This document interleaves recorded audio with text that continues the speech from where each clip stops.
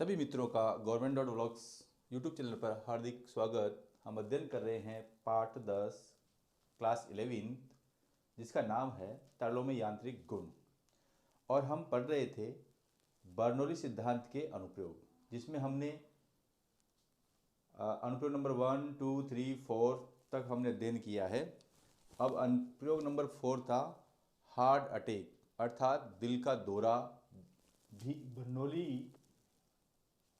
सिद्धांत के अनुप्रयोग के अनुसार होता है।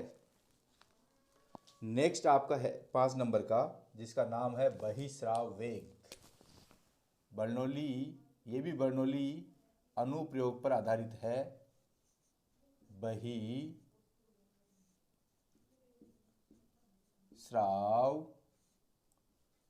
वेग,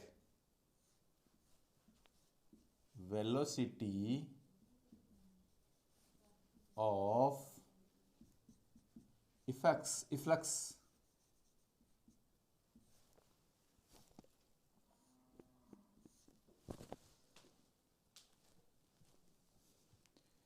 माना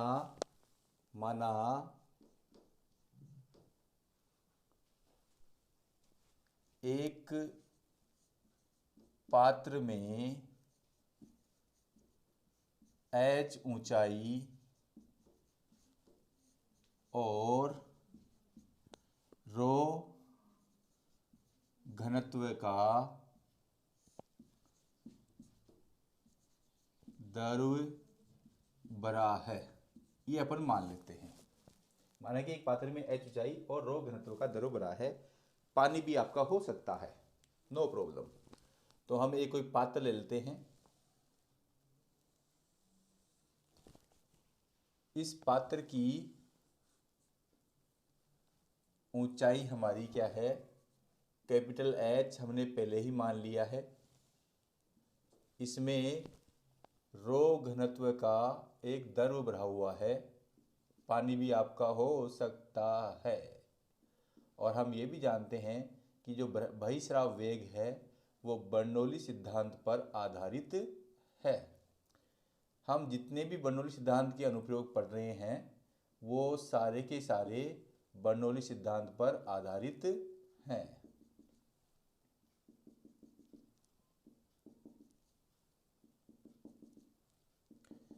हम ये भी मान लेते हैं कि द्रव्य का जो मुक्त पृष्ठ है वो आपका A है, और इस द्रव्य के मुक्त पृष्ठ से H गहराई पर, द्रव्य के मुक्त पृष्ठ से H गहराई पर एक छिद्र है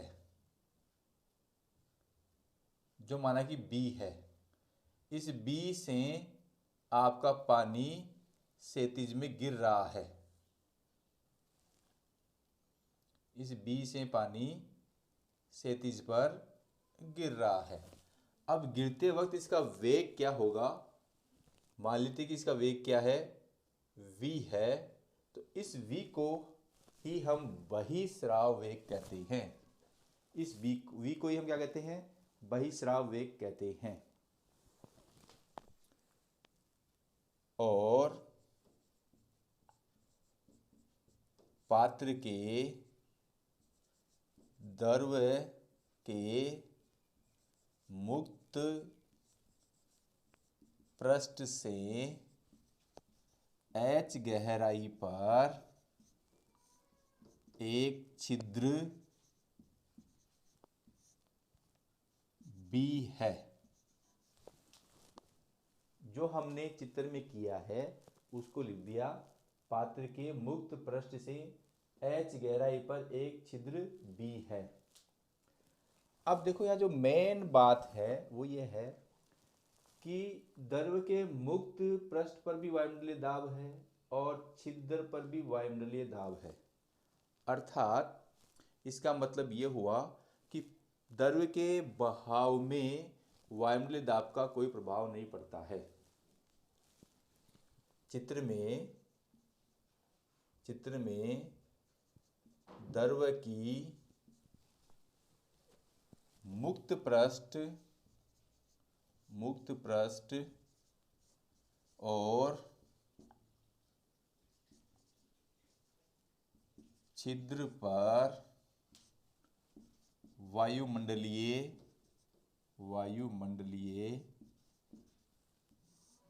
दाब है। अतः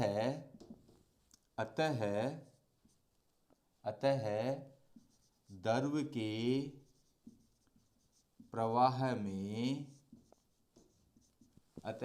के प्रवाह में वायुमंडलीय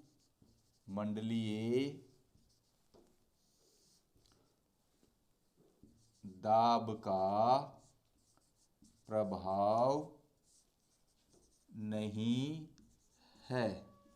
देखो, अर्थात इसको मैं गणित में लिख सकता हूं कि जो द्रव्य की मुक्त पृष्ठ पे दाब होगा वो ही द्रव्य की छिद्र पे दाब होगा। ये वाली बात सामने आ गई।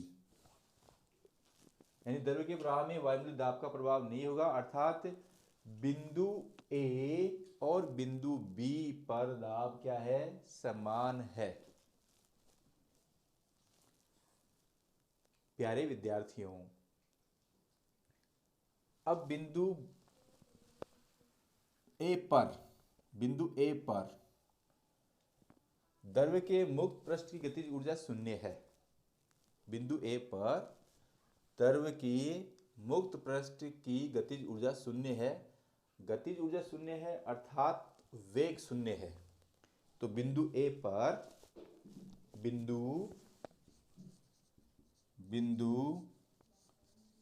पर V1 बराबर 0, और ये हम देखते P1 बराबर P2 बराबर P, ये हमने मान लिया पहले से ही। और बिंदु B पर V2 बराबर V है। तो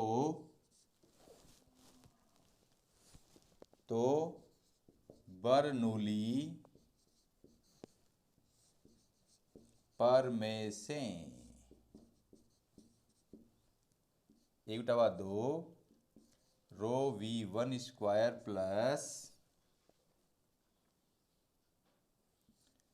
P1 बराबर, या हम रो GH1 भी लिख सकते हैं, बराबर 1/2 रो V2 square plus P2 plus रो GH2। देखो, चित्र में एक चीज और बाकी रह गई। देखो, यहाँ से यहाँ तक की ऊंचाई h है, यहाँ से यहाँ तक की ऊंचाई स्मॉल h है, तो यहाँ से यहाँ तक की ऊंचाई क्या हो जाएगी? Capital H minus small h। अर्थात ये ऊंचाई कौन सी है? H2। ये कौन सी है? H1। दाब P1 P2 क्या है? P है। यहाँ पर देखो, बिंदु A पर द्रव्य के मुक्त पृष्ठ पर कोई गतिज ऊर्जा नहीं कार्य कर रही है, अर्थात वेग 0 है। वेग 0 होने से ये टोटल टर्म 0 जाएगी। P1 को हम क्या रख देंगे? P प्लस रो G स्मॉल ऊंचाई कैपिटल H 1/2 रो V2 ये क्या है? V स्क्वायर, ये P, और ये आपका 2 था, तो रो G2 ये क्या है? Capital H minus small h। ये आपका P से P कैंसिल हो जाएगा, तो क्या बचेगा? रो G कैपिटल H बराबर 1/2 रो V स्क्वायर प्लस रो GH minus rho G small h। ये फिर टर्म कैंसिल हो गया, तो ये क्या जाएगा? रो GH बराबर 1/2 रो V स्क्वायर। रो से रो फिर कैंसिल हो जाएगा, तो क्या बचेगा? 2GH बराबर V स्क्वायर, तो V बराबर √2GH। अब देखो, यहाँ पे ध्यान दीजिए, यदि मैं यहाँ से किसी कण को एच नीचे गिराऊं तो हम क्या जानते हैं, वी स्क्वायर बराबर यू स्क्वायर माइनस 2GH। यहाँ से गिराऊंगा तो यहाँ से रुक जाएगा, अंतिम वेग क्या है, 0 है। प्रारंभिक वेग यू स्क्वायर माइनस 2GH, तो u बराबर क्या जाएगा, √2GH। तो यदि कोई कण स्वतंत्रता पूर्वक h गहराई पर गिरता है तब भी उसका वेग यही होता है, और छिद्र B से जो पानी का बहिस्राव हो रहा है उसका वेग भी वही है, अर्थात दोनों का वेग क्या है, समान है। ये क्या है, ये बात एक वैज्ञानिक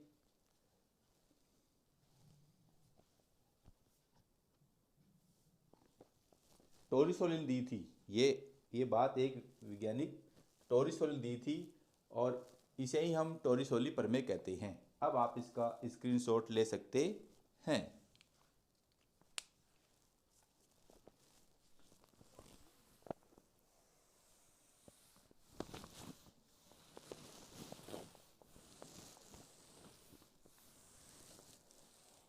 प्यारे विद्यार्थियों, बात इतनी सी है, घबराने की बात नहीं है।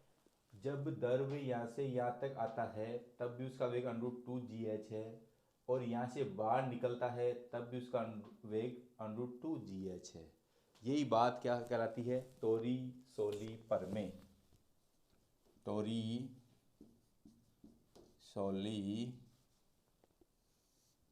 प्रमेय।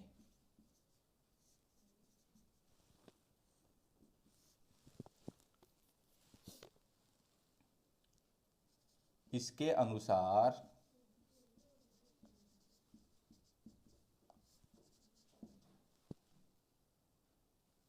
मुक्त पृष्ठ से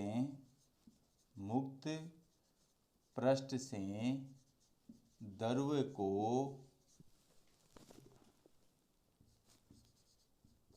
छिद्र तक, इसके अनुसार, देखो ये लैंग्वेज थोड़ी गलत हो गई, इसके अनुसार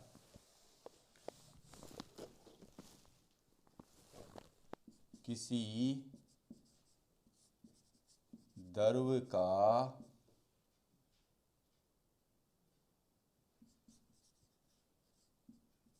छिद्र से निकलने पर वेग उतना ही होता है जितना कि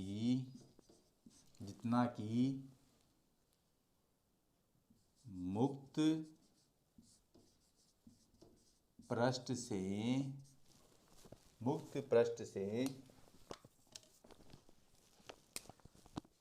द्रव को स्वतंत्रता पूर्वक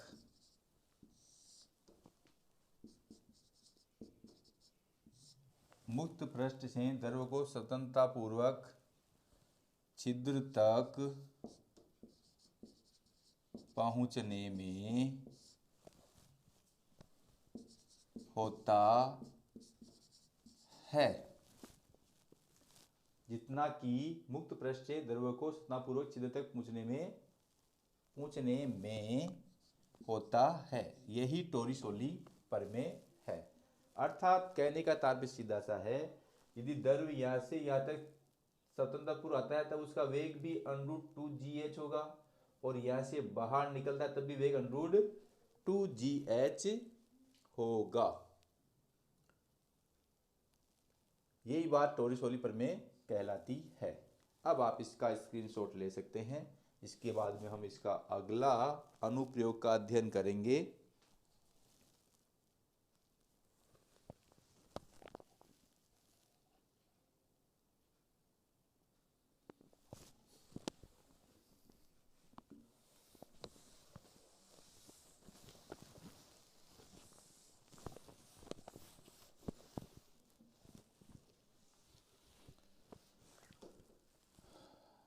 बर्नौली सिद्धांत का अनुप्रयोग नंबर 6।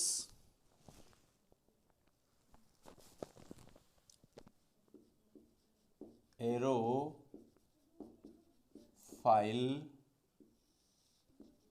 आकृति ये वायुयान में पाई जाती हैं। तो सबसे पहले तो मैं इसका स्टेटमेंट लिखता हूं। बर्नौली प्रमेय का उपयोग वायुयान के पंखों बर्नौली प्रमेय का उपयोग वायुयान के पंखों की विशेष आकृति को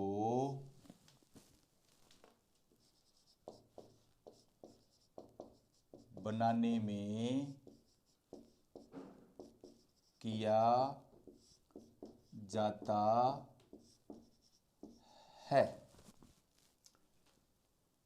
एरोफाइल जो आकृतियां होती हैं, बर्नौली प्रमेय का उपयोग वायुयान के पंखों की विशेष आकृति को बनाने में किया जाता है। ये इसका यूजेज है। अब कैसे किया जाता है, तो हम मान लेते हैं कि जो आपका वायुयान होता है वो इस प्रकार का होता है।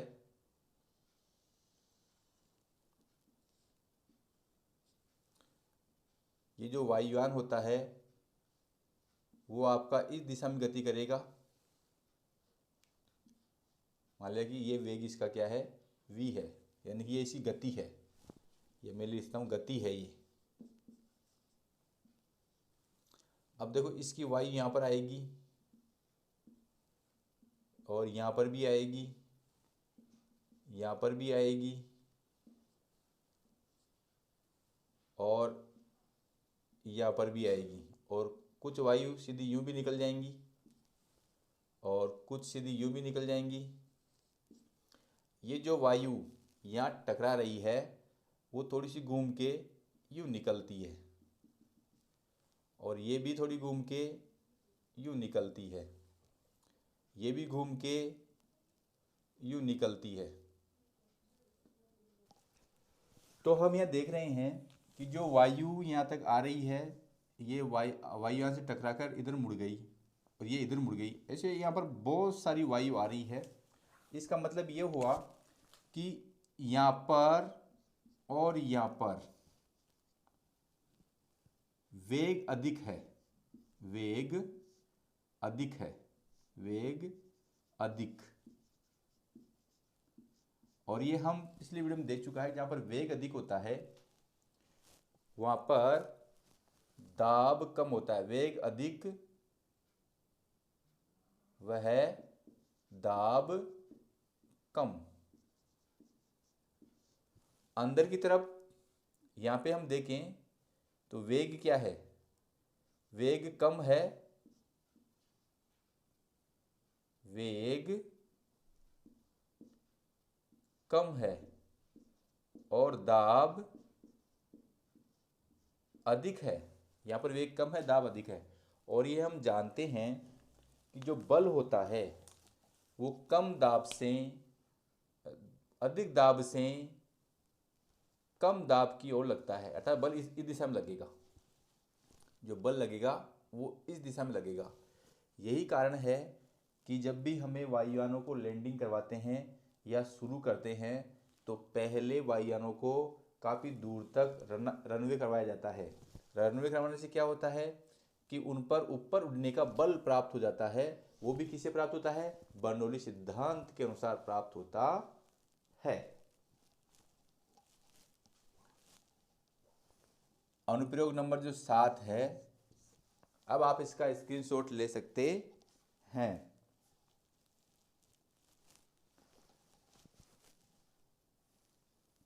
मेगनस प्रभाव, मेगनस प्रभाव या मैग्नस इफेक्ट।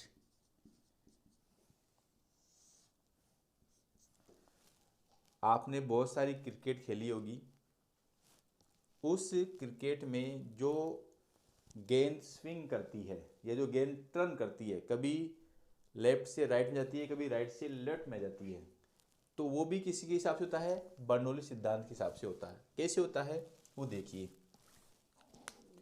जैसे सपोज कीजिए ये आपकी गेंद है,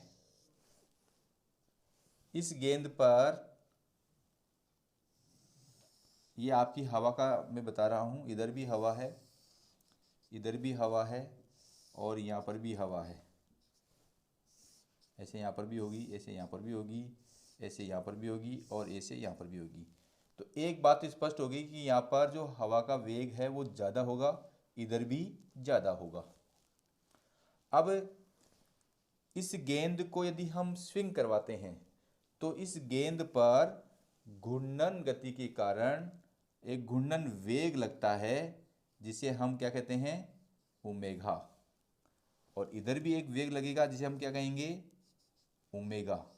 तो इस वृत्त की परिधि की प्रत्येक सतह पर घूर्णन वेग लगता है। मान लिया कि हवा का वेग क्या है, v है, हवा का वेग v है। तो हम रैखिक वेग और घूर्णन वेग में एक संबंध जानते हैं, v is equal to omega R, v is equal to omega R. देखो हवा का वेग यहाँ पर है और एक घूर्णन वेग लग रहा है कि किसका, इस गेंद के घूमने की वजह से, वो क्या लग रहा है, ओमेगा आर। अब वो देखो गेंद इधर घूम रही है, वेग इधर लग रहा है, तो ये क्या जाएगा, v प्लस ओमेगा आर। जिधर घूर्णन लग रहा है उधर ही वेग लग रहा है, तो क्या जाएगा, माइनस ओमेगा आर। अब आप यहाँ देख रहे हो यहाँ पर वेग बढ़ रहा है, अर्थात दाब कम है, v बढ़ रहा है, इट मीन्स दाब कम है। और यहाँ पर v घट रहा है, इट मीन्स दाब अधिक है। और जो बल लगता है कम दाब से, सॉरी अधिक दाब से कम दाब की ओर लगता है। तो ये गेंद गिरनी चाहिए थी यूं जाकर, परंतु वो स्विंग होने से वो अपने मूल पथ से जाके यहां गिरती है।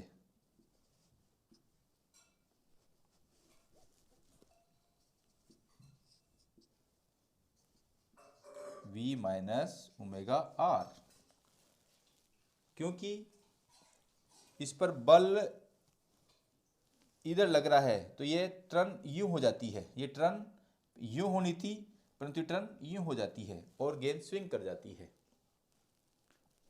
तो ये आपके ये प्रभावी क्रिकेट की गेंद का स्विंग करना ही मैग्नस प्रभाव कहलाता है।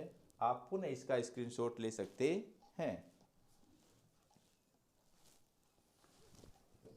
अनुप्रयोग नंबर 8, कणित्र। देखो सेम थ्योरी है, कणित्र की वही थ्योरी है, केवल उदाहरण दूसरा है।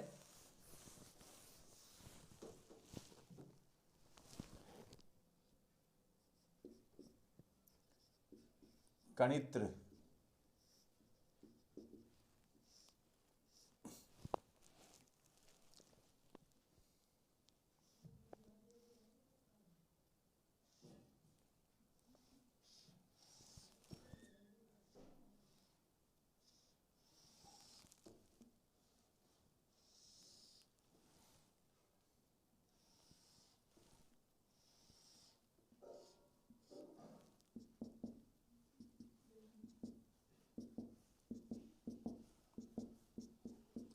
आपने अपनी लाइफ में स्प्रे देखा होगा, उसे ही हम कणित्र बोलते हैं। जो स्प्रे होता है वही आपका कणित्र है।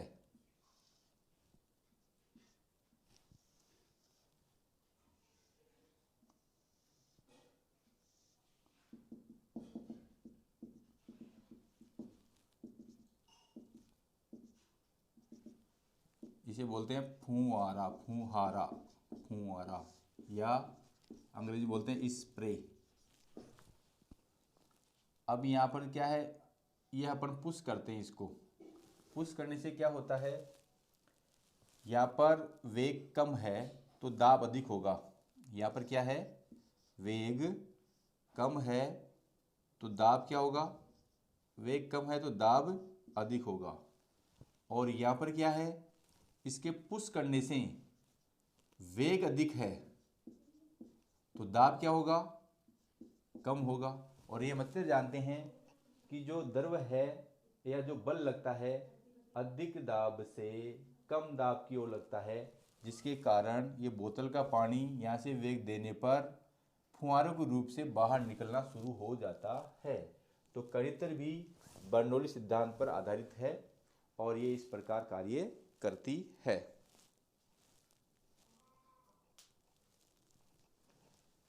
आठवां नंबर का जो है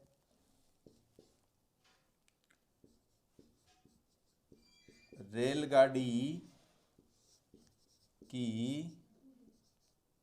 रेलगाड़ी के प्लेटफॉर्म पर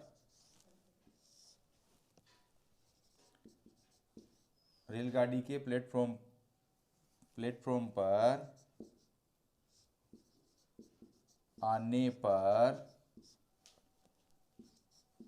पटरियों के पास खड़ा व्यक्ति दूर हट जाता है। रेलगाड़ी के प्लेटफॉर्म पर आने पर पटरियों के पास खड़ा व्यक्ति दूर हट जाता है। अब देखो, इसको मैं एक उदाहरण के माध्यम से समझाऊंगा। ये मान लो कि आपकी रेल की पटरियां हैं और यहाँ से आपकी रेल आ रही है।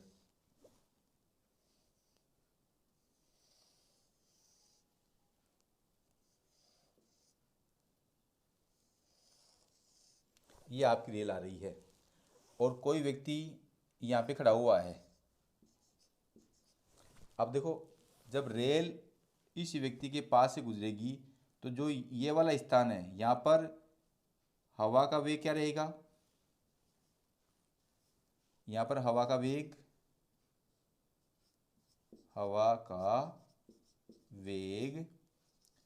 अधिक होगा। वह जब वेग अधिक है तो दाब कम होगा।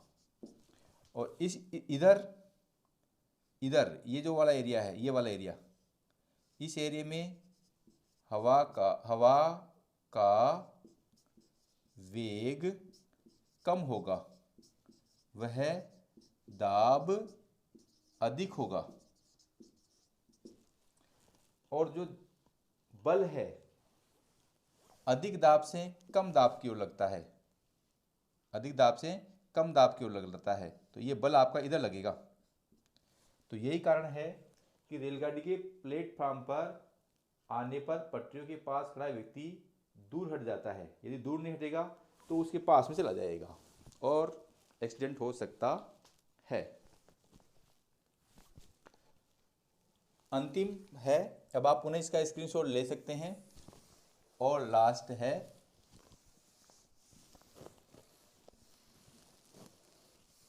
आंधी तूफान में टिन का उड़ जाना।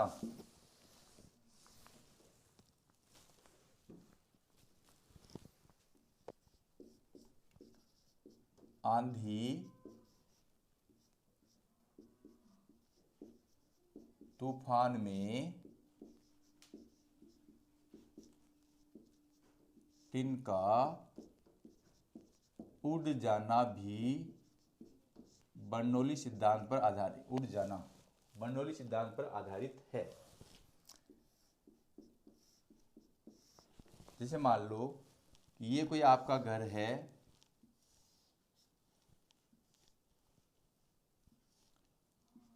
और इसके ऊपर ये टिन्स लगी हुई हैं।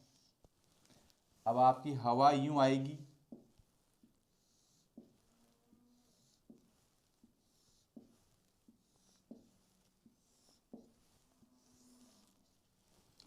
ऐसे इधर भी आएगी और इधर भी जाएगी। ये जो जितनी हवा आ रही है वो सारी इससे टकराकर ये ऊपर से निकलेगी, ये ऊपर से निकलेगी, ये भी टकरा के ऊपर से निकलेगी। टकराने के बाद में सारी इधर से निकलेगी। अर्थात यहाँ पर जो वेग है वो क्या होगा, वेग अधिक। और जब यहाँ पर वेग अधिक है, यहाँ पर वेग अधिक है, यहाँ पर वेग अधिक है, तो वेग अधिक है तो दाब क्या होगा, कम। ये बात हम पहले ही स्पष्ट कर चुके हैं, जहाँ पर वेग अधिक होता है वहाँ पर दाब कम होता है। और हम ये भी जानते हैं कि उस स्थिति में अनुप्रस्थ काट का क्षेत्रफल भी क्या होता है, कम होता है। जबकि अंदर क्या है, अंदर स्थिति क्या है, अंदर तो वेग कम है, क्योंकि जो हवा आ रही है वो इनसे टकरा के नीचे से निकल रही है या ऊपर से निकल रही है। तो आपका अनुपात में टिन है या टिन का घर है, तो नीचे जाएगी नहीं, सारी हवा किधर जाएगी, ऊपर से जाएगी। तो वेग क्या होगा अंदर, कम, और दाब क्या होगा, अधिक। और जो बल होता है वो कम अधिक दाब से कम दाब की ओर लगता है, तो ये बल ऊपर की ओर लगने से ये टिन आपकी उड़ जाती है, ये टिन आपकी उड़ जाती है। तो ये भी किस सिद्धांत पर आधारित है, बर्नौली सिद्धांत पर आधारित है। तो प्यारे विद्यार्थियों, आपने देखा कि जो बर्नौली का सिद्धांत है वो बहुत ही महत्वपूर्ण है, हमारी व्यवहारिक लाइफ में काफ़ी काम आता है। आप मेरे चैनल को लाइक, सब्सक्राइब और कमेंट्स करना नहीं भूलें। Thank you.